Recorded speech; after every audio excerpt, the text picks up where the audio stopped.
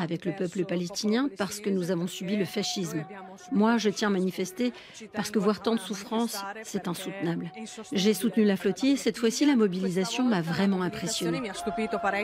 Le secteur le plus impacté par la grève est celui des transports, ce qui fait bouillir de rage le ministre des Infrastructures, Matteo Salvini, qui a menacé de sanctions tous les grévistes. Anne Lenire, Rome, RFI. C'était l'un des disques les plus attendus de l'année. Taylor Swift a dévoilé. C'est la fin de cette édition. Merci de l'avoir suivi.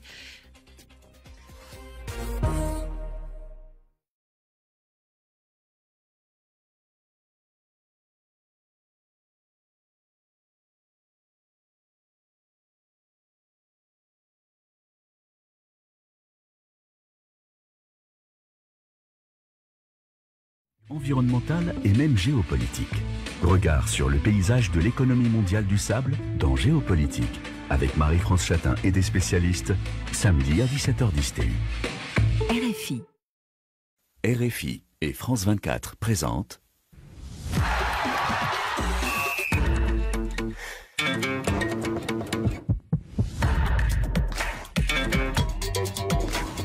Radio Foot International. Annie Gasnier. Bonjour à tous et merci d'être au rendez-vous hebdomadaire du Café et des Sports. Vous le savez, votre rendez-vous autour du ballon que vous pouvez suivre soit grâce à la radio et aux ondes, soit sur Internet ou la chaîne YouTube de RFI et bien sûr sur France 24. Et puis tout le week-end, si vous avez envie de nous retrouver en replay ou en podcast. Alors nos invités sont là. Bonjour Xavier Barret. Bonjour Annie, on a un beau programme aujourd'hui. Franchement, je suis très touché. Je ne sais pas si vous l'avez fait pour moi, mais vraiment il est super et j'espère que les abonnés et les auditeurs et les internautes vont adorer. C'est parce qu'il y a du beau foot. Bonjour Rémi Ngono. Après la Serbie, voici Ramos. Salut Xavier Barret. On a FC, on a mission, toujours mission impossible. Je suis content. Oui, mais il faut l'avouer, nos auditeurs internautes se régalent sur nos pages Facebook, sur nos messages.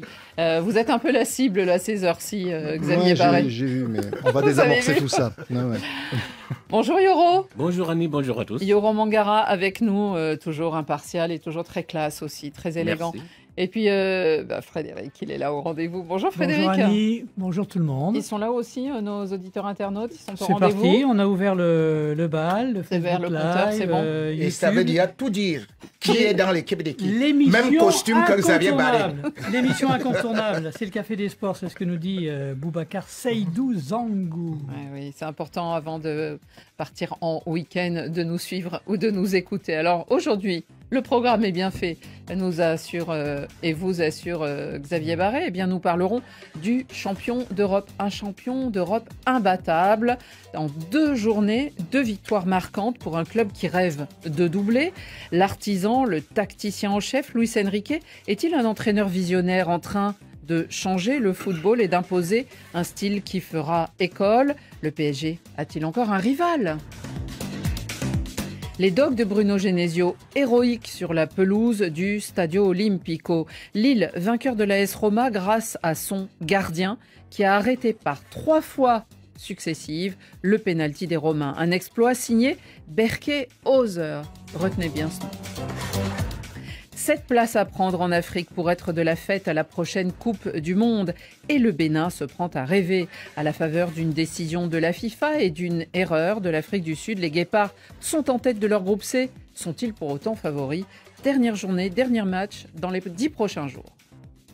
Et puis, il y aura évidemment la séquence carton au générique de cette émission. David Finzel et Laurent Salerno. Pour ce qui est de la version radio et de la version vidéo, ce sont Souel Kedir et Yann Bourdela. Le Café des Sports, les débats sont faits.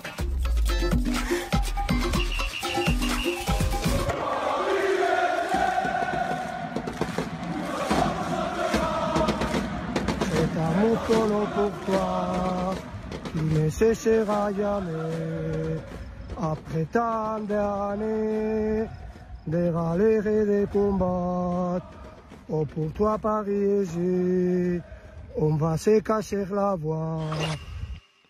Bon, alors, le pauvre Luis Enrique, il ne s'est pas cassé la voix, mais il s'était cassé la clavicule. C'est risqué de chanter à vélo comme ça. N'est-ce pas? Et il a de l'entrain, en tout cas, ça lui donne le rythme à ce cher Luis Enrique. Alors, une victoire en Catalogne, bien plus que symbolique pour le Paris Saint-Germain, bien sûr, mais Luis Enrique aussi, c'est un enfant blaugrana, on le sait. Il n'a pas commémoré les buts, eu égard à son passé et même à sa filiation avec ce club, mais il vient de donner une leçon de football tactique notamment, mais pas seulement. L'entraîneur espagnol de 55 ans a osé titulariser des gamins, hein, on a dit ça, des titis aussi, dit-on, en tout cas des joueurs qui avaient en moyenne 23 ans, en l'absence des cadres, ceux qui avaient remporté la Coupe d'Europe il y a quelques semaines, à la fin du mois de mai. Alors, Luis Enrique, tiens, je vais vous poser la question d'abord, Yoro Mangara. Est-ce que Luis Enrique, selon vous, est un visionnaire? Un visionnaire, je ne sais pas, mais c'est un grand entraîneur. Et puis, je fais partie de ceux qui ne le comprenaient pas et qu'il avait taillé il y a 2 ans, quand il faisait du PSG une sorte de laboratoire où il testait tout le monde. Aujourd'hui, avec le temps, il avait raison sur tout le monde, y compris sur moi, en faisant confiance à des jeunes, en ayant un jeu flamboyant, en alliant les deux, possession, position, mais également transition. C'est-à-dire c'est une équipe aujourd'hui qui sait jouer dans tous les registres. Ils peuvent conserver le ballon, ils peuvent jouer en transition face au Barça. Les 2 buts, c'est des buts de transition. Ça part de loin. Un, Nuno Mendes, l'autre, Hakimi. Il traverse le terrain et ça fait but. Et pourtant, on lui disait, quand il était à la tête de l'équipe d'Espagne, qu'il y avait une possession, ça ronronnait. Aujourd'hui, c'est un autre Luis Enrique qu'il avait commencé déjà au FC Barcelone. Il faut bien se le rappeler. Parce qu'au FC Barcelone, c'est lui qui a amené cette transition. Et aujourd'hui, il fait les 2 au PSG. Bravo, Luis. Oui, on disait ça aussi hier dans l'émission. Bravo, Luis Enrique. C'est vrai que Xavier, alors visionnaire, effectivement, en cela, on entend une vision du football, une vision de ce qu'il veut. Mais c'est vrai que c'est un héritier, quand il venait il était passé par la sélection espagnole, mais quand il venait du Barça, on se disait, bon, avec les joueurs qu'il avait, en gros, il ne pouvait pas échouer. Là, on voit qu'avec des presque inconnus, en tout cas des très jeunes et tout, eh ben, il arrive à faire des miracles et des choses en plus qui nous Il reproduit ce qu'ont fait ces dernières années les héritiers de Johan Cruyff, dont il a été un joueur à Barcelone. Le référent, il revient aux origines. Ça reste Pep Guardiola qui a fait la même chose à Barcelone avant Luis Enrique et puis maintenant à Manchester City avec le Bayern au milieu. Luis Enrique, il est arrivé au Paris Saint-Germain. Qu'est-ce qu'il a fait? Il a commencé par écarter les joueurs qui savaient ne rentreraient pas ou ne rentreraient plus dans sa philosophie de jeu. Neymar, parti. Messi, on renouvelle pas le contrat. Mbappé. Mbappé, il est resté la première année.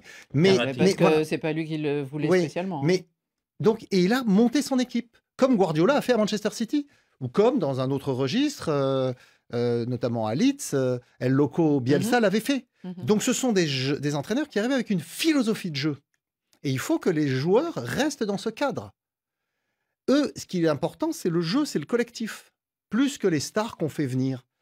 Et ils ont ce jeu de possession, d'attaque, qui n'interdit pas effectivement d'aller vite en contre-attaque aussi, mais ils sont capables de confisquer le ballon. Et c'est vrai que la démonstration qu'a réussi le Paris Saint-Germain à Barcelone, donc face au club matrice de Luis Enrique et des autres d'ailleurs, était assez exceptionnelle parce que c'était, entre guillemets, le même fond de jeu, mais avec encore plus d'efficacité et plus de physique.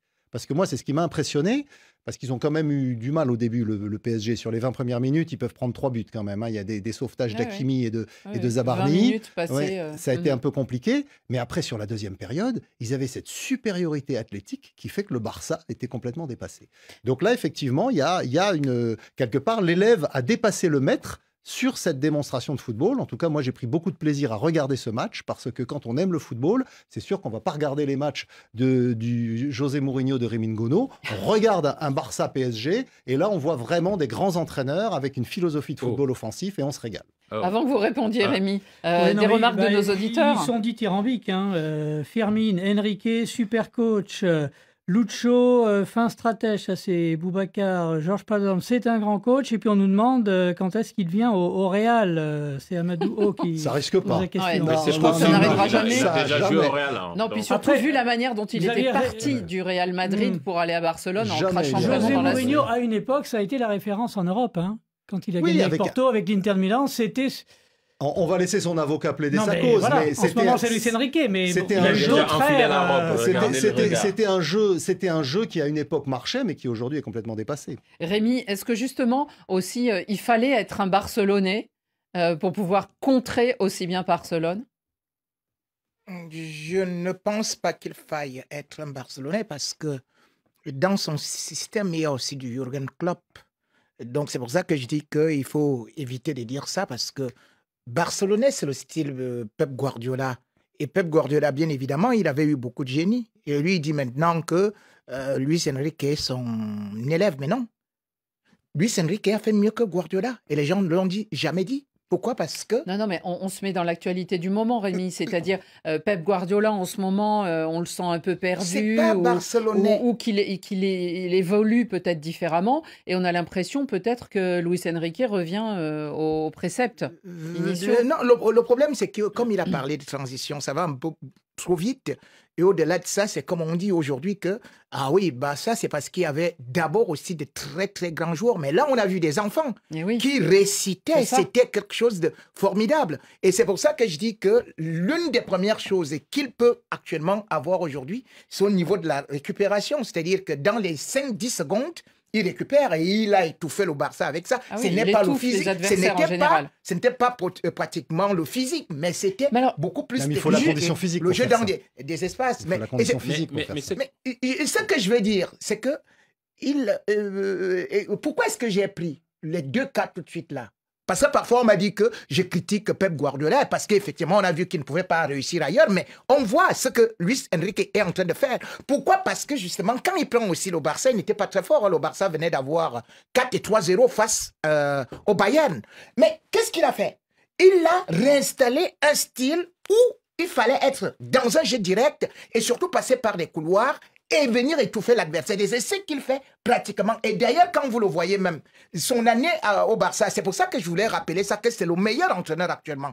C'est-à-dire que vous allez voir que, justement, quand il fait le triplé, lui, c'est 60 matchs avec 50 victoires. C'est-à-dire que c'est l'entraîneur qui a eu plus de coefficient de victoires avec le Barça, c'est-à-dire 23,3%. Il succédait à Guardiola, c'était peut-être ça son Guardiola, c'était 63%. Il y avait eu entre-temps Martino et Guardiola, c'était 68% de victoires. C'est-à-dire il a eu 41 victoires. Donc, Luis Enrique est supérieur à lui. Et moi, je crois que les autres ont beaucoup trop parlé de Guardiola, tout comme aussi Barça a trop parlé. Les Lamine Yamal, c'est les meilleurs. On découvre que c'est les Magoulou qui sont les meilleurs devant Lamine Yamal. Donc aujourd'hui, vous, au Barça, vous parlez beaucoup, mais Enrique, lui, ne bavarde pas. D'ailleurs, il y a un proverbe africain qui dit « La poule qui chante trop ne pond jamais ». Mais d'ailleurs, il n'aime pas trop les honneurs, puisque quand il a été désigné meilleur entraîneur de Ligue 1, même s'il y avait cette histoire de match de OM-PSG à rejouer le lundi soir, le soir de la cérémonie, mais il avait déjà prévenu qu'il ne viendrait pas parce qu'il estime que c'est plutôt un trophée collectif. Non, Frédéric? moi, ce que je trouve très fort, c'est qu'il a su se renouveler. Parce que la Ligue des Champions, il l'a gagné avec Barcelone en quoi, de 2015. 2015, ouais. Avec Neymar, ensuite, avec il y a eu la Roma, l'Espagne. La Roma, c'était avant. Il a été sélectionneur de l'Espagne. Quand il était sélectionneur de l'Espagne... Il a été la Roma, je crois qu'après, ça a été une équipe espagnole là, ça devait être... Celta Vigo. Oui, il avait terminé, je crois, en 9e position. Et puis... Mais on avait l'impression que son heure était passée avec l'élimination contre le Maroc, au Qatar, à la Coupe du Monde. Et là, avec ce Paris Saint-Germain, peut-être parce qu'il a les bons joueurs. Parce que Chelsea était candidat aussi pour le faire venir et il hésitait d'ailleurs à y aller. Finalement, il a choisi le Paris Saint-Germain. Il a bien fait parce qu'au Paris Saint-Germain, en fait, il a les coups des franches. Il est arrivé, il a imposé ses conditions, évidemment. Et tout de suite, on l'a vu, je le rappelais tout à l'heure, dans le mercato. Et le directeur sportif et avec Luis Campos, il y a une grande complicité Mm. pour savoir les joueurs qui veulent recruter. Qui pensait il y a un an que Zabarni viendrait jouer au Paris Saint-Germain? Personne. Le président Nasser a aussi compris qu'il fallait laisser à quelqu'un les coups des franches. Il fallait laisser des techniciens décider. Je crois que Xavi a tout dit. c'est un élève de Cruyff et non de Pep Guardiola. Pourquoi je dis Cruyff? Parce que Johan Cruyff, quand il a quitté l'Ajax, des années après, il y a un entraîneur qui a tout gagné avec cette équipe de l'Ajax d'Amsterdam, avec des minots, 18, 19, Seedorf, comment ça s'appelle, Kluivert, Edgar Davids, etc. C'était Luis van Gaal. Il a tout gagné, il a gagné la Ligue des Champions, il fait une deuxième finale qu'il va perdre, c'était face à la Juve. Ils avaient fait 1-1, ils avaient perdu au tir au but. Et pourtant, il avait des joueurs de 18, 19, 20 ans. Il y avait même Nwankwo Kanu dans cette équipe, et Georges Finidi, et les joueurs de côté très rapides, Marc Overmars, etc. C'est ce qu'aujourd'hui, Luis Enrique est en train de réussir avec le Paris Saint-Germain. Donc, son professeur, c'est Johan Cruyff. Xavier, qu'est-ce qu'il apporte tactiquement, peut-être, de différent par rapport à Pep Guardiola, qui en ce moment est peut-être un peu moins en verve? Pep Guardiola, enfin Manchester City est en train de bien repartir cette année. Après, c'est vrai, une saison plus compliquée.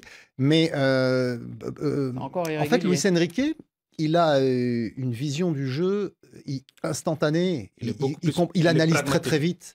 On le voit d'ailleurs, il aime aussi prendre de la hauteur, ce qu'il fait actuellement. Se mettre en tribune, il a sa petite grue pendant les entraînements. Maintenant, il a une espèce d'élévateur qui lui permet de voir différemment les choses. Voilà. C'est pas temporaire. Du coup, il a une vraie vision, comme vous disiez, mais cette vision, elle vient pas de nulle part. Elle vient de ce qu'il a vécu en tant que joueur, au Barça bien sûr, et ce qu'il a vécu déjà comme entraîneur.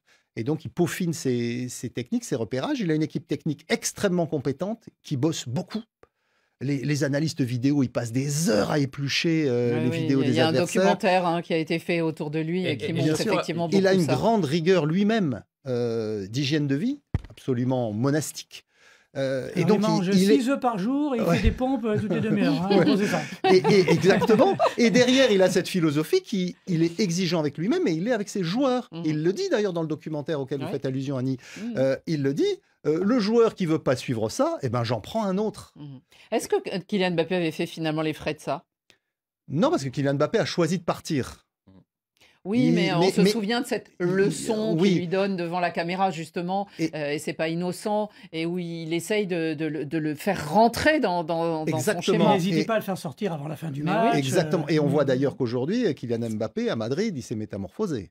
Il défend. Oui, il défend. Est-ce que c'est grâce à Luis Enrique? Je pense que c'est ce qu'il avait fait au PSG, c'est-à-dire une sorte d'indépendance. C'est quelqu'un de très intelligent, Kylian Mbappé, donc il a compris. Et il a d'autant plus compris qu'il part du Paris Saint-Germain, et le Paris Saint-Germain est champion d'Europe sans lui. Vous imaginez? Il va au Real Madrid pour être champion. Et Dembélé est Ballon d'Or. Voilà. Donc je pense qu'il a bien compris, Kylian Mbappé, parce qu'il est tout sauf un imbécile, donc il a bien compris. Quand on préparait l'émission, on se disait, mais est-ce qu'il n'y a pas non plus un danger de robotisation finalement des joueurs, c'est-à-dire il les prend, alors très jeunes, on parlait de Mayoulou, Rémi ou de Mbaye, et puis il faut rentrer dans un système, même si on peut être un peu surdoué, avoir un style à soi, aimer faire des petits ponts ou des dribbles. Est-ce que c'est pas aussi le danger peut-être de cette tactique ou de cette méthode? Voilà, il faut demander à Gonzalo Ramos, par exemple. Non, mais est-ce que lui, ça lui convient d'entrer à la 80e, certes de marquer un but quasiment à chaque fois, mais pour son ego, il en prend un coup. Et puis la limite, c'est peut-être le jour où le plan ne fonctionne pas vraiment. On l'a vu en finale du Mondial des clubs contre Chelsea, où là, on a senti un agacement de la part des joueurs très vite. Genre, mais qu'est-ce qui se passe? On récite notre football. Oui, ils ont tous craqué. Alors, c'était le dernier match au bout d'une saison interminable. Mais il faut aussi qu'ils acceptent parfois que ça résiste un peu plus. Ils ne vont pas gagner 3-4-0 à chaque fois. Justement, l'autre question qu'on se posait, Rémi, et je vous la pose à vous en premier, est-ce que finalement le Paris Saint-Germain actuel et ce Paris Saint-Germain de Luis Enrique a un rival actuellement? Aussi bien en Europe qu'en France, parce qu'on les a vus quand même, même si c'était un match un peu particulier, ils ont beaucoup d'absents en ce moment en plus, mais perdre à Marseille, ils ont perdu, n'est-ce pas? Et c'est José Mourinho qui disait qu'il n'existe pas une équipe imbattable. Donc, même quand on parle de... Chelsea, voilà, justement, voilà. Donc, même quand on parle de... Mais quelle serait l'équipe, pour vous, qui peut les embêter, qui peut les chercher, qui peut les acculer? Toute équipe peut les embêter, comme on dit justement Chelsea. C'est-à-dire qu'aujourd'hui, on voit parfois des matchs, même de championnat en France, qui peuvent être très compliqués. C'est-à-dire que lorsque l'équipe, bien évidemment, met beaucoup d'intensité et le Paris Saint-Germain peut être en difficulté. Parce et ils s'énervent d'ailleurs, les joueurs, dans ces cas-là. On les voit un peu craquer parce qu'ils n'arrivent pas à imposer leur... Même si ils ont gagné 8 des 15 rencontres où ils perdaient au score à un moment. Donc ça veut dire qu'ils n'avaient pas ouvert le score. Ils n'avaient pas... cela veut dire qu'ils savent quand même revenir parce que justement... Et on ne les voit pas paniquer. Ils ne paniquent pas. Mais en même temps, comme on dit, il y a aussi l'usure. Parce que justement là, quand vous essayez de regarder le Barça, il ne faut pas se tromper. Le Barça est en train de souffrir depuis la saison dernière. Pourquoi? Parce qu'ils ont mis beaucoup d'intensité. Le Barça récupérait un peu trop haut et d'ailleurs, dans les 5 ou 10 minutes, c'est-à-dire que 10 secondes, c'est-à-dire les deux équipes étaient dans le même truc. Mais le problème, c'est que le PSG, lui, ne l'a fait que à partir de la deuxième partie de la saison. Et à la fin de la saison, ils étaient déjà épuisés. Donc, justement, quand vous regardez aussi le nombre de courses que doivent faire les joueurs, d'où d'ailleurs des blessures en ce moment, parce que ces blessures-là ne sont pas fortuites, ça vient aussi de ces multiples efforts que les joueurs sont en train de faire. Donc, ça risque d'être beaucoup, lorsqu'il y aura une saison beaucoup intense, heureusement que aujourd'hui, il peut avoir une bonne pépinière où on voit des gens qui peuvent venir. Il y a des blessés au Barça, il y en a au Paris Saint-Germain, des joueurs importants, parce que les rythmes des compétitions sont inférieurs. Il y a des spectateurs, auditeurs qui trouvent qu'on va un petit peu vite en besogne. Bon, oui, ils sont champions d'Europe, mais on est en train de parler là de... Comme si c'était le plus grand entraîneur du monde. Mercredi soir. Et on nous parle d'Arsenal. Arsenal pourrait embêter le PSG, nous dit Georges Padmore. Et on l'avait vu l'année dernière, c'est passé ric-rac. Liverpool aussi, le Bayern bien sûr. Non, le PSG n'est pas déjà champion d'Europe parce qu'il a gagné un match de poule à Barcelone. D'ailleurs, ça pourrait être la finale dans 6 mois. Faut pas, parce que le Barça a peut-être perdu un match, mais le Real, on va voir. Mais je pense qu'avec Xabi Alonso, ils ont effectivement... Ils sont beaucoup plus forts que toutes ces équipes, croyez-moi. Le Real Madrid? Non, je parle du PSG. Beaucoup plus fort que toutes ces équipes. Et ça joue même pas au même niveau. Je regarde Liverpool depuis le début de saison, je regarde Man City, je regarde toutes ces autres équipes. Le PSG est 2 fois au-dessus de ces équipes. C'est la 10e fois que tu viens dire comme ça. Après, tu fuis. Tu fuis l'émission. Je suis pas l'émission. Attends, c'est pas possible. Une équipe revient d'une défaite 3-0 et tu dis ils sont tellement supérieurs aux autres équipes. Ils ne passent pas le temps seulement à passer les 10-0. Mais qu'est-ce que tu es en train de raconter là? Le seul ennemi du PSG, ce sera le PSG. Quand ils vont jouer mal, quand ils ne seront pas dans un bon jour, etc. Mais toutes les équipes sont comme ça, qui ne sont pas dans un bon jour. Le Barça n'était pas dans un bon jour. Yamal n'était pas physiquement. On a vu en finale du mondial des clubs contre Chelsea, le PSG, ce PSG-là, aussi flamboyant soit-il, il peut perdre. Mais ce qui est intéressant, c'est vrai que le Barça avait aussi beaucoup d'absents durant Sur le 11, il n'y avait que Rafinha. Il manquait aussi Gabi, il manquait aussi le défenseur là, qui est costaud, parce qu'Eric Garcia, c'est pas terrible. Comment il s'appelle l'Uruguayen là? Son nom me reviendra. Donc, Araujo. Mais ça, attendez, c'est un sac de Macabo. Il était bel et bien là, on ne l'a pas placé. Mais en tout cas, le pari gagnant de Luis Enrique, c'est d'avoir mis des jeunes, c'est d'avoir osé, en jouant en Catalogne, et finalement d'avoir ramené la victoire. C'est le résultat aussi d'une politique, parce qu'ils avaient l'intention de prendre Rodrigo Moura, qui est un des jeunes révélations du FC Porto. Un garçon bourré de talent qui a éclaté l'hiver dernier avec Porto. Et donc Luis Campos, forcément, avait tout de suite un œil dessus. Et en fait, ils se sont dit, on a à la maison Seny Mayulu, qui a bourré de talent, qui est un titi, qui est formé au club. Donc en fait, ils n'ont pas voulu faire venir Rodrigo Moura pour protéger Seny Mayulu. Et les résultats, c'est que Seny Mayulu... Et on verra ce qui est intéressant. Dominique Sévrac nous racontait hier que Luis Enrique voudrait aussi que tous les jeunes, tous les groupes de jeunes du Paris Saint-Germain jouent de la même manière. Bien sûr. Donc ça peut aussi créer un style, et c'est pour ça qu'il était venu. Pour terminer, Rémi, je disais juste que moi, je ne suis pas d'accord que comme ils sont en train d'être déjà trop optimistes, je me souviens que nous étions ici la saison dernière où on me disait que le Barça est imbattable, est intenable. Et finalement, ce Barça-là, on nous disait que c'est le Barça qui va même gagner la Ligue des Champions, que c'est le club qui joue le mieux dans le monde. Donc c'est pour ça que j'ai dit, nous sommes en début de saison, il n'y a encore rien. Et il y a un proverbe africain qui dit que le coq ne chante pas dans l'œuf. Bon, mais en tout cas, on les a trouvés très forts et ils impressionnent, ils font peut-être peur en Europe et en France et nous les suivrons. En tout cas, le prochain défi des Parisiens en Ligue des Champions, on le verra, c'est à Leverkusen face au Bayer et ça sera mardi 21 octobre. On continue.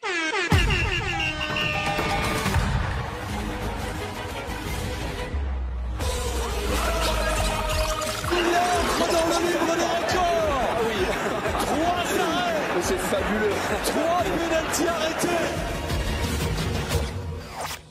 Arrivé incognito et reparti en héros, on peut ainsi résumer la belle soirée et la belle histoire de cette Ligue Europa hier soir sur la pelouse du Stadio Olimpico de la capitale italienne. Alors le LOSC de Bruno Genesio, si percutant l'an dernier, on s'en souvient, en Ligue des Champions, ils avaient quand même fait quelques éclats, notamment contre le Real et contre l'Atlético.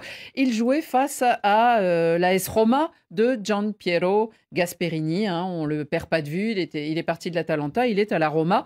Et pour l'instant, ils ont fait un très bon début de saison en Serie A. Mais les Dogs ont marqué très tôt hier. Et ils ont conservé leur avantage jusqu'à la 80e minute où Lille a bien cru tout perdre. Penalty en faveur de la Roma pour une main du défenseur Aïssa Mandi. Et le jeune successeur de Lucas Chevalier a brillé. Il a volé la vedette. Xavier Barré, c'est ce qu'on peut dire. Il a appris à dire son nom, Berke-Hauser. Il a arrêté le penalty une fois. Ceux qui nous regardent voient les images derrière vous. Une fois, 2 fois, 3 fois. Ouais. Il Quelle était histoire! donné à retirer. Oui, Voilà. Oui. c'est ce que j'espérais qu'il allait prolonger, notre cher En Xavier. fait, effectivement, sur le premier penalty, il y a un joueur de Lille qui rentre dans la surface avant que Dovbyk, l'avant-centre ukrainien de la Roma, n'ait frappé. Donc, du coup, le penalty qui est arrêté est à retirer.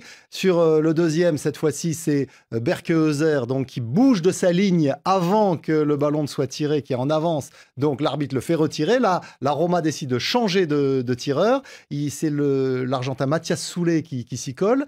Et, alors je ne sais pas si vous avez entendu la déclaration de Berke-Hauser après le match, mais il explique qu'en fait, parmi ses coéquipiers, il y a Félix Correa, donc un Portugais qui a joué à la Juventus, avec Mathias Soulé, qui était à la Juventus avant de rejoindre la Roma. Et donc, Félix Correa a dit à Berke-Hauser, il va tirer là. Et donc, Berke-Hauser a plongé du bon côté et il a arrêté le penalty de Mathias Soulé. Et là, il n'y a plus à retirer. 3 fois, ça suffisait. Il était tiré correctement. Et c'est effectivement rarissime qu'un gardien comme ça parvienne à arrêter 3 fois le même penalty, en fait, donné à retirer. Moi, je regrette que l'arbitre n'ait pas donné à retirer une 4e fois, une 5e fois. Parce que c'était le spectacle. En plus, c'était à la 80e minute. Donc, effectivement, c'était assez incroyable. Alors, en plus, il l'a dit à la fin, il a dit, mais en sortant du match, il a dit, mais je me sentais comme dans un rêve parce que jamais il n'avait arrêté de pénalty, sauf à Lorient en Ligue 1 où quelques temps avant, il avait arrêté un pénalty des Merlus. Et quant aux entraîneurs, tant Gasperini que Bruno Genesio, ils ont dit, on n'avait jamais vu ça, on n'avait jamais vu une chose pareille. Alors, la chose intéressante, sur laquelle on peut aussi discuter, Rémi, c'est qu'ils ont décidé de changer de tireur, puisqu'on passe du joueur Dovbyk à Mathias Soulé. Et c'est autorisé. Ouais. Oui, parce que lorsque le premier tireur a déjà le moral dans les chaussettes, voilà. Le problème, c'est que on détruit finalement le deuxième. Parce que lui-même, il vient déjà dans des doutes. Parce que, franchement, Vinicius Mbappé, ces pénaltys n'ont ni la vitesse, donc il n'y a pas de puissance. Et en même temps aussi, on voit quand même que l'angle n'est pas caché. Donc, oui, d'ailleurs, il dit que bon, peut-être c'est sa femme qui lui a donné toute cette chance parce qu'il a aussi promis à sa femme de ne pas encaisser des buts. Moi-même, j'ai aussi. Et c'est pour ça que moi-même, en venant ici, j'ai aussi promis à ma femme que, tu sais, Xavier Barré, il va certainement me donner 10 000 € aujourd'hui pour mon anniversaire. Donc, il faut avoir la foi. C'est cette foi-là, parce que je suis venu en croyant en ça. Il a dit qu'il ne va pas encaisser de but. Il n'a pas encaissé. Mais c'est pas, comme on peut dire, c'est quelque chose qui peut arriver, mais il ne peut pas le réaliser plusieurs fois. Mais les pénaltys, quand même aussi, c'est une spécialité.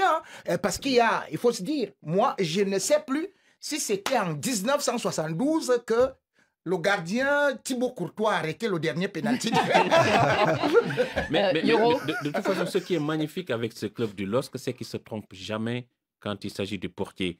Franchement, ces 20 dernières années, voire même au-delà, depuis Bernard Lama, ils ont ce flair. Enyama, Tony Silva, Mike Maignan, Chevalier, aujourd'hui Berkhauser. Ça veut dire que c'est un club qui travaille très bien. Mais ça se travaille. Ça se travaille, exactement. C'est un club qui travaille très bien. Alors on dit que c'est mental et psychologique parce qu'on sait que même les grands joueurs peuvent rater leur penalty. On l'a tous vu, on se souvient d'Harry Kane à la Coupe du Monde avec l'équipe d'Angleterre. Mais il y a quand même un travail aussi du gardien. Certains écrivent sur la bouteille les angles de tir des joueurs. Bien sûr, les préparateurs de gardiens de but... ils en prennent, mais des vidéos de tir de gardien, c'est des trucs de malade. J'en parlais avec Christophe Lolichon récemment, qui a été l'entraîneur de Petr Cech à Chelsea, qui travaille maintenant avec Dunkerque en Ligue 2 française, le club de Dembaba. Et donc, il me dit, mais effectivement, maintenant, pour préparer les séances de tir au but, notamment dans les matchs élimination directe, on passe énormément de temps, et parfois on est piégé, parce que les tirs de pénalty, c'est après les prolongations en général. Donc, on fait rentrer parfois un joueur qui n'est pas connu, donc sur lequel on n'a aucune référence. Et donc là, ils ne savent pas quoi dire au gardien. Et les tireurs, ils ne tirent pas à chaque fois au même endroit. Puis ils savent que le gardien va l'étudier. Donc vous changez un petit peu. Xavier, ils ne changent pas tant que ça, en fait. Tout ça. Vous pouvez étudier ça. Moi, je dis... il y a aussi un art, parce qu'on va quand même vous dire qu'un Lev Yashin, il n'y avait pas ces études-là, mais c'est 151 pénaltys arrêtés. Oui, mais il y avait oui, c'est 151. Pourquoi est-ce qu'on dit ça? Parce que Yashin était avant-gardiste dans sa façon de s'entraîner. Voilà. Il faisait, dans les années 60, ce qu'il n'y avait pas d'entraînement spécifique pour les gardiens. Mais bon, moi, j'ai eu l'occasion d'en parler quand j'étais allé à Moscou il y a quelques années. En fait, il se mettait face au mur, il y avait quelqu'un derrière lui qui tirait, et avec des angles, des angles de rebond un peu différents. Et lui, il travaillait ses réflexes de façon incroyable. Mais ça, personne ne le faisait à l'époque. Dans les clubs, le gardien, personne s'en occupait. Et donc, il a été à l'avant-garde de tout ça. Mais Andanovic n'était pas aussi avec l'Inter. Aujourd'hui, il faut avoir un pied sur la ligne. Avant, ça n'existait pas. On pouvait avancer 1 mètre, 2 mètres. Oui. On pouvait plonger avant le tireur. Aujourd'hui, Théoriquement, on ne pouvait pas, mais ça se faisait. Toutes ces règles ont changé. La première fois que j'ai vu un joueur rater 3 pénaltys dans un match, c'était Martin Palermo. Oui. Il a raté 3 pénaltys. On se souvient aussi que Zidane, quand il doit marquer un pénalty à Buffon, il lui fait une panenka parce que sinon, l'autre sait déjà comment il va tirer. Frédéric ? Non, mais ils ont adoré. Ils ont adoré la parade d'Ozer avec...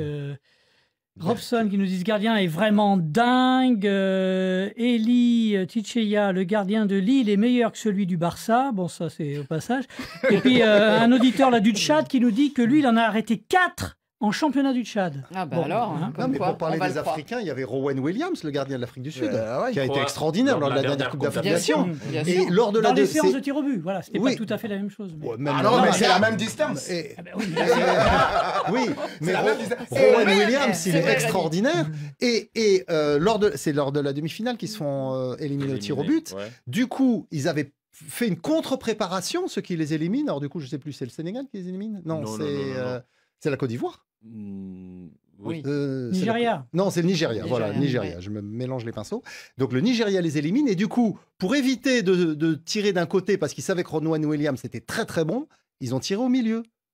Et du coup, ça a déréglé complètement toute la préparation de Rowan Williams. C'est comme ça qu'ils sont qualifiés. En tout cas, dimanche soir, ce qui sera amusant et intéressant, c'est qu'il y a un match Lille-PSG qui refermera la journée de championnat de France. Et Berke Ozer sera face à Lucas Chevalier qui était là avant lui puisque lui a été appelé cet été pour le remplacer. Et puis je voudrais signaler aussi que dans ce match qui a été remporté par Lille, eh bien dans les rangs et juste devant Ozer, il y avait un certain Chancel Memba. Il était titulaire, il a joué tout le match et il a eu la note 6, très méritée dans le journal L'Équipe. On continue, on va parler Afrique.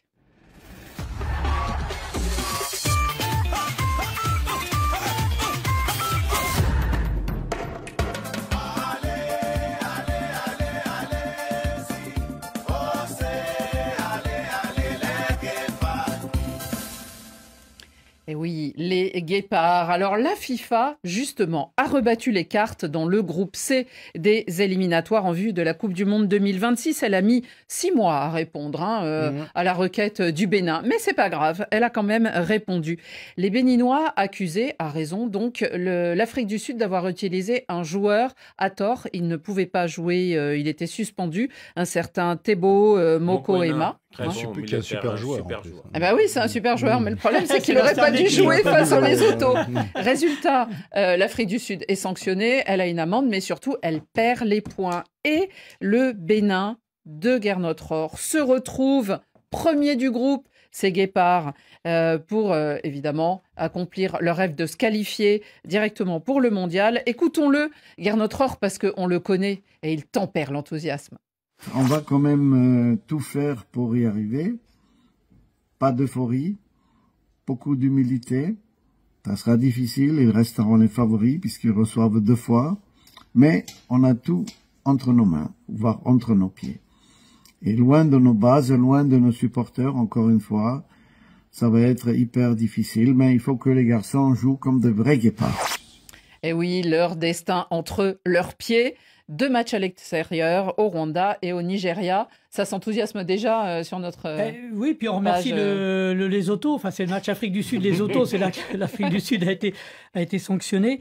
Mais pendant des décennies, on rigolait un petit peu sur le surnom. Les écureuils, ils ont changé de nom pour faire un peu plus peur aux adversaires. Les guépards. Ça marche. Je ne sais pas si c'est ça porte ses fruits, en tout cas. et un petit proverbe, parce qu'il n'y en a pas eu beaucoup aujourd'hui, Rémi, des proverbes. Là, c'est Gildas Kodjo Kudjag. Il y a un adage béninois qui dit « La fourmi qui sait marcher peut renverser les gros camions sur la voie. » Surtout, comme on dit, un petit morceau de bois peut renverser un chariot.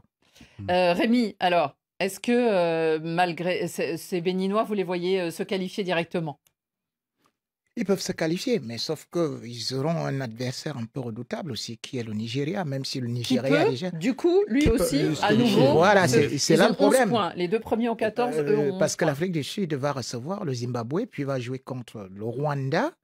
Donc l'Afrique du Sud a encore ses cartes en main. Bien sûr. Donc aujourd'hui, quand on essaie de regarder cette équipe du Bénin... Il faut gagner au Rwanda et gagner au Nigeria. C'est ça. C'est ça qui sera... Il connaît bien le Nigeria, Gernot Rohr. Oui, mais bon... Ils ne sont pas dans une très bonne phase. Ils ne sont pas dans une bonne phase, mais le Nigeria n'est jamais... Ils récupèrent la chance d'être premier ou deuxième. Oui, donc le Bénin, c'est qu'il a déjà fait extraordinaire. C'est vrai que nous avons aussi été surpris comme ça avec le Togo, avec les éperviers qui avaient réussi à se qualifier pour la Coupe du Monde pendant que des équipes comme le Cameroun n'y étaient pas. Donc ces Béninois aujourd'hui, Steve Mounier, d'ailleurs je ne savais même plus qui joue au football. Mais, oui, mais il est toujours là. Quand je vois ce qu'il c'est les mêmes joueurs qui a 5 ans. Et puis vous voyez, regardez, c'est pour ça que je dis que parfois il y a certains amateurismes lourdeaux, inconcevables. Vous jouez contre le Lesotho, comment est-ce que, par exemple, le Bénin a cartonné le Lesotho 4-0. Mais comment l'Afrique du Sud peut ignorer l'article 19 des règlements, par exemple, de la FIFA ou bien 14? C'est donc une erreur de la fédération qui est terrible. Parce que contre le Lesotho, vous pouviez vous passer de ce joueur-là. C'est pas possible. Le continent africain représenté à la première Coupe du Monde à 48 par le Cap-Vert et le Bénin, ce serait un beau pied de nez à tous ceux qui disaient voilà, c'est fait pour avoir tous les grands pays d'Afrique. Ce serait assez... Mais c'est la loi du sport en plus. Et justement, les Comores, peut-être. Et peut-être les Comores, ce serait assez amusant. Et Yoro, c'est ce qu'on se dit quand on regarde le groupe C, où il y a le Nigeria, où il y a l'Afrique du Sud. On se dit, le Bénin partait pas vraiment favori. Et eux, ils ont joué leur partition. En plus, tout ce qu'il fallait gagner depuis qu'ils avaient déposé le recours, ils ont gagné leur match. Ils ont un bon entraîneur et je crois qu'ils ont commencé à construire il y a 2-3 ans. Moi, j'ai suivi un de leurs matchs ici en France face au Sénégal. J'avais déjà vu une équipe qui commençait à naître. Et depuis, bon, il y a de l'expérience déjà. Ils ne sont pas qualifiés à la dernière CAN, mais l'avant-dernière, ils sortent en quart de finale battus 1-0 par le Sénégal très difficilement. Ça prouve que c'est un club, c'est un pays qui avance footballistiquement. Après, est-ce qu'ils pourront se qualifier? Il y a beaucoup de choses qui sont faites en plus dans le pays pour... Exactement, il y a des stades, on construit. Même et si puis, on a les je crois aussi que c'est parce que le gouvernement actuel travaille beaucoup. Il y a un contexte, il y a des centres de formation. Ils forment même des joueurs qui sont devenus internationaux ivoiriens. Tout ça, ça prouve que ça travaille du côté du Bénin. Après, pour leur qualification, quand même, il y a le Nigeria et l'Afrique du Sud, je crois, qui sont un cran au-dessus. Oui. C'est ce qu'on verra. C'est quand même rassurant pour le football et de la part des instances qu'un petit pays qui s'était fait voler déjà 2 fois récemment pour la Coupe d'Afrique des Nations, je crois, Ça, la ça, 2022, il y avait eu des face à la matchs Sierra applis, Leone, il s'était ouais, fait voler. voilà. Et ensuite, face au Congo, pour la dernière Coupe du Monde, où le Congo fait ses changements sur quatre périodes de changement, alors que normalement, c'est que 3. Malgré ça, il y a le dépôt. Ah ben non, finalement, machin, tac, on les a écartés. Là, ils obtiennent gain de cause. Il y a quand même une justice. Oui, et il n'y a pas de justice, parce que cette justice a beaucoup tardé. C'était une honte. Oui, parce que c'était un scandale. Mais en tout cas, elle est là. Ah oui, elle est là. Oui, parce que mieux vaut vous vous tard que souvenez, jamais. la dernière fois, ils ont fait que l'Afrique du Sud rejoue un match contre Exactement. Mais on sait aussi pour aller finalement... que l'Afrique du Sud est quand même dirigée par quelqu'un qui est puissant, donc ça peut aider aussi. Frédéric, encore quelques... Non, mais ça a réveillé toute l'Afrique. Les guépards. Il y a même des jalouses qu'on nous dit la Mauritanie vous dit bonsoir. C'est Kalidou Fellé qui nous dit ça. Coucou les Moramitounes. Et à fond derrière le Bénin, la force du vaudou peut-être, nous dit-on, pour les aider. Bon. Après, il y a 14 millions d'habitants au Bénin. Il y a plus qu'en Belgique, qu'en Tunisie ou qu'en Bolivie.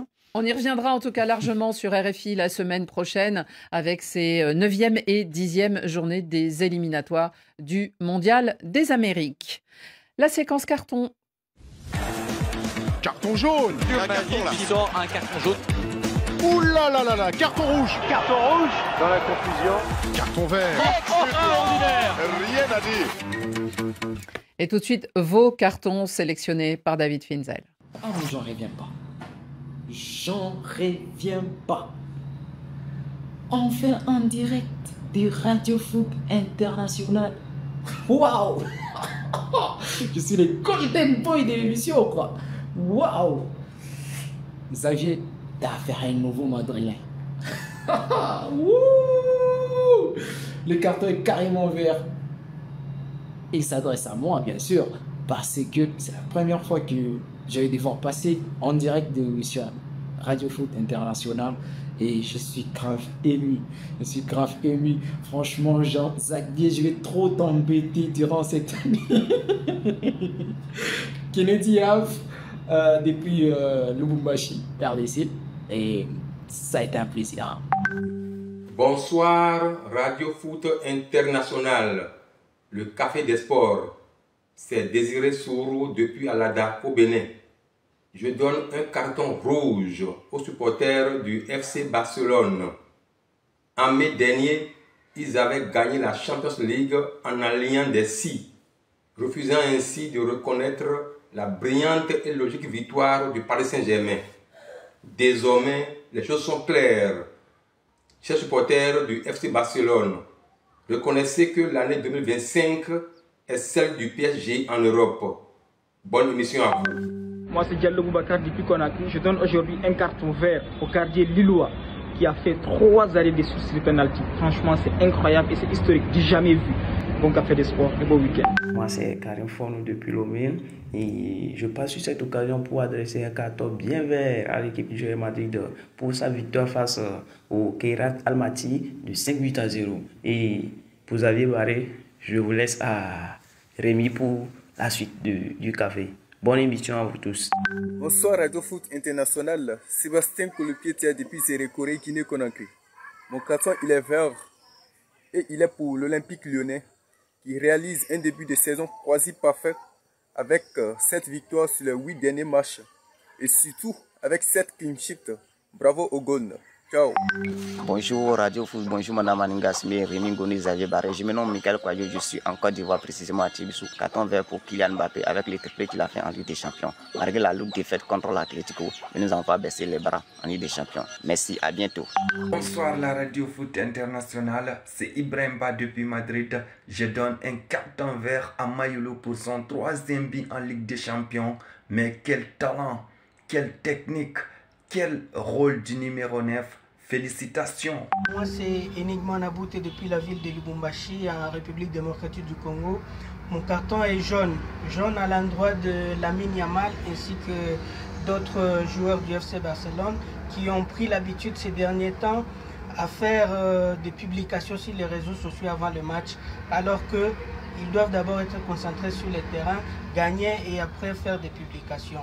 Salut les amis, c'est Narcisse Paul, je vous suis depuis la RDC précisément à Mojima et je profite pour donner un carton vert à la Ligue 1. Un championnat qui a été insulté, méprisé, minimisé. Aujourd'hui, qui nous montre sa performance grâce à ses clubs Paris, Marseille, Monaco, Lyon, Lille. Surtout, Marseille City. Bonjour Café des Sports. Bonjour Annie Gasnier. Moi c'est Nick Kabanga. Moi c'est Benita Kabanga. Depuis la ville de Kinshasa, nous donnons un carton rouge à Xavier Barré qui croyait que la finale entre le Barça et le Paris Saint-Germain, c'est eux qui devront gagner. Mon cher, tout ne se passe pas sur les réseaux sociaux. Comme on dit toujours chez nous, au zoui. Au zoui. Salut à toute l'équipe, moi c'est Makumba Diop depuis le Sénégal. Alors ça fait 2 mois que je n'ai pas suivi l'émission parce qu'actuellement je suis en chantier et imaginez la nostalgie que j'ai de l'émission, de la présentation de Annie Gasnier en passant par les interventions ô combien importantes de Nabil Djelit, surtout l'opposition, l'éternelle opposition entre Xavier Barré et Rémi Ngono. Je vous adore et je suis impatient de revenir parmi vous. Bon week-end, ciao. Eh ben, j'espère que vous allez bientôt nous retrouver, chers auditeurs du Sénégal, et que vous profiterez de nos débats. Et puis alors, j'ai envie de dire aux oui, moi aussi, et notamment cette charmante auditrice qui était là aussi pour mettre un carton. Yoro, allez, on va faire dans le vert parce qu'après, il y a d'autres couleurs. Alors, moi, mon carton, il est vert. C'est pour Pape Thiaw, quand même, qui a réussi cette transition après avoir pris les rênes de cette équipe nationale. Venir après à l'UCC n'était pas évident. Là, c'est sur 10 matchs, 8 victoires, 2 nuls et une belle victoire face aux Three Lions. Bravo, Pape Thiaw. Oui, et puis surtout la victoire en RDC, qui leur donne toutes les chances de passer premier pour la prochaine Coupe du Monde et donc les prochaines journées. Frédéric Surtot, vous aussi vous êtes en vert. Oui, carton vert. Ça aurait pu être un carton à la Xavier Barré. Jean-Philippe Mateta, appelé par Didier Deschamps, l'attaquant de Crystal Palace. Il en rêve depuis tout petit, depuis qu'il joue au foot, être appelé en équipe de France. Alors, il avait joué pour les jeunes. Il a joué avec l'équipe olympique, la médaille d'argent l'an passé. Il avait marqué des buts pendant le tournoi. Mais là, c'est la première fois qu'il est appelé. Alors oui, il y a des blessés, Désiré Doué, Ousmane Dembélé. Il a 28 ans, il a su être patient. Et le voilà au château, à Clairefontaine, avec les Bleus. Il y a une Coupe du Monde à la fin de l'année. Nous, on attend de savoir quelle tenue il va choisir pour monter les marches du château de Clairefontaine. Très bon carton de Fred Surtot. Bravo. Rémi, vous êtes en rouge. Rouge à Marc Brice. Marc Brice, non seulement il est habitué à nous faire convoquer Vincent Aboubakar et on comprend qu'il n'y a pas de club depuis 8 mois, mais surtout, on était habitué à voir un gardien qu'on appelle Simon Ngabangtouedou. Mais vous vous rendez compte, il le convoquait quand il était 8e gardien ou alors porteur de sac à Marseille. Cette fois-ci, il est titulaire à Montpellier et vient d'être désigné meilleur joueur du mois de ce club au mois de septembre. Et c'est là où Marc Brice décide de ne pas le convoquer. Donc pour lui, il veut que les joueurs qui ne brillent pas, c'est eux qui convoquent. Quand tu brilles déjà, il te dit non, je ne t'appelle plus. Comme dit un proverbe africain, un aveugle n'a pas besoin de lampe. Xavier, vous aussi, vous êtes en rouge. Oui, rouge à Madame Hidalgo, la maire de Paris, et à toute sa clique qui gère la ville. Parce qu'ils viennent de refuser le naming du stade Jean-Bouin, où joue le Stade Français, le Paris Football Club. Il y avait quelqu'un qui se proposait de donner de l'argent pour avoir son nom associé au stade, comme ça se fait partout en France maintenant. Non, pas partout. Dans beaucoup de stades. Dans beaucoup de stades, parce qu'effectivement, on a besoin d'argent. Et Jean-Bouin, c'est pas mal aussi. Mais Jean-Bouin, il y en a partout des stades Jean-Bouin.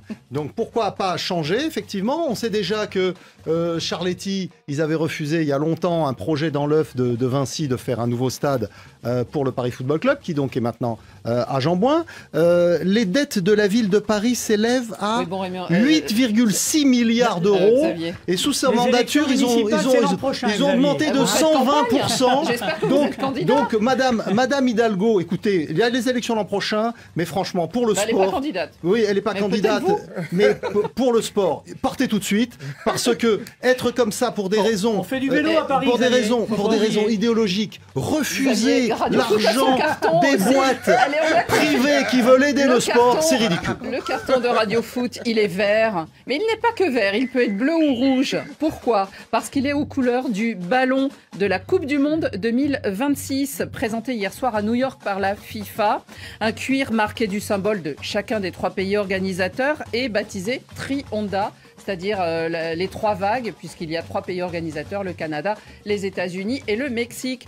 Mais surtout, soyons dans l'air du temps, et c'est un ballon intelligent. Il a une puce à l'intérieur et ça sera l'IA, n'est-ce pas, qui dira quand ça touche la main, le pied, la tête, on verra. Quand ça en franchit tout cas, la ligne, c'est bien aussi. Hein, la technologie, voilà, la technologie entre dans le ballon de la Coupe du Monde. Il a toujours une petite puce, mais là, elle est plus grosse. C'est la fin de ce Café des Sports. Merci beaucoup, merci à tous de l'avoir animé si bien et on vous dit à la semaine prochaine.